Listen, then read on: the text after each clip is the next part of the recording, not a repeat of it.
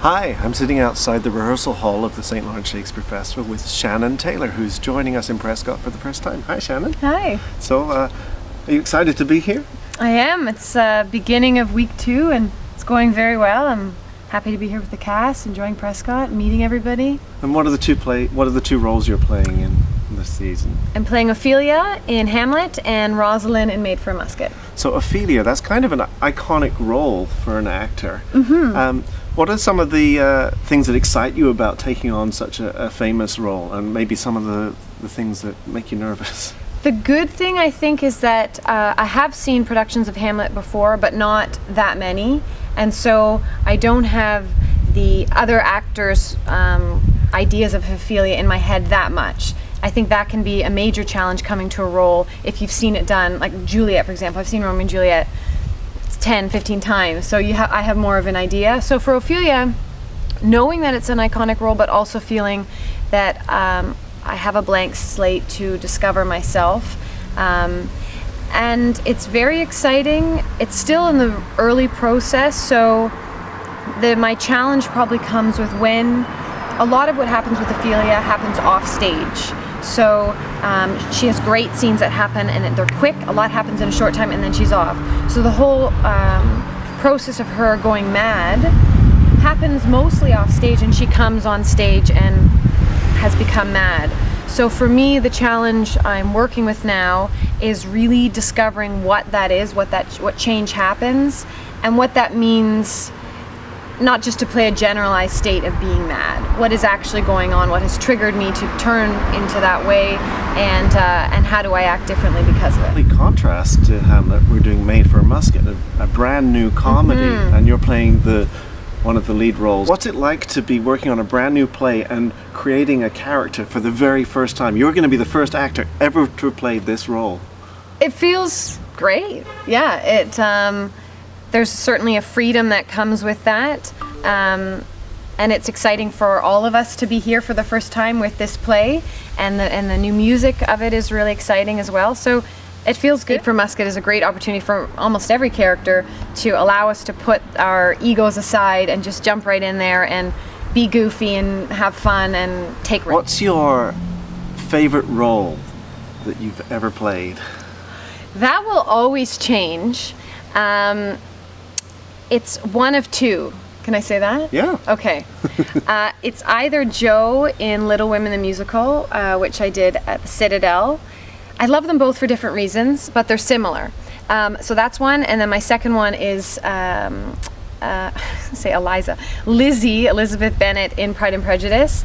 And I love them both because they were fiery women ahead of their time who grew up in a certain sort of structure that didn't fit them, and they needed to break out of it because they had fire inside them that they needed to say more. And it's such a privilege and a joy to play a character who has that growth, because you play the structure and there's certain constraints of the time period, but it allows you intellectually to realize that you want to make more of a difference in this time period. And I try and bring that into my life, of someone who dares to have something to share and has a fire. And so both of those were a real pleasure. As an actor, you always have to have lots of different tools in your tool bag, and one of the most helpful ones is being able to sing, and you also sing. And you've had experience in musical work as well as straight plays. Yeah, I started in music theater, and I was in a music theater company from ages 10 till 16, and then I trained at an arts high school in music theater, and then I went to Stratford and realized I worked with William Hutt, and I thought, what if I could do that, acting, but also have the background that I did as a singer. So I went to Ryerson and didn't give up singing for those 4 years, but certainly I was on a back burner and did a lot less singing.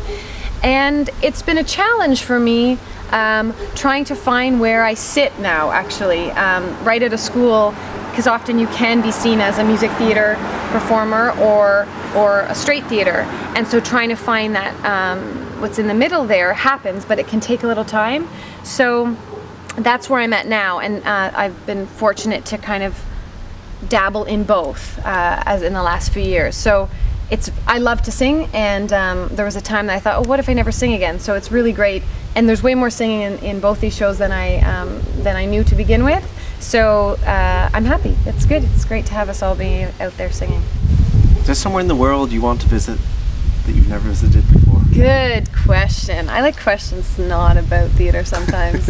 I've traveled since I've met my boyfriend to we backpacked in Central America, South America, a little bit in Europe.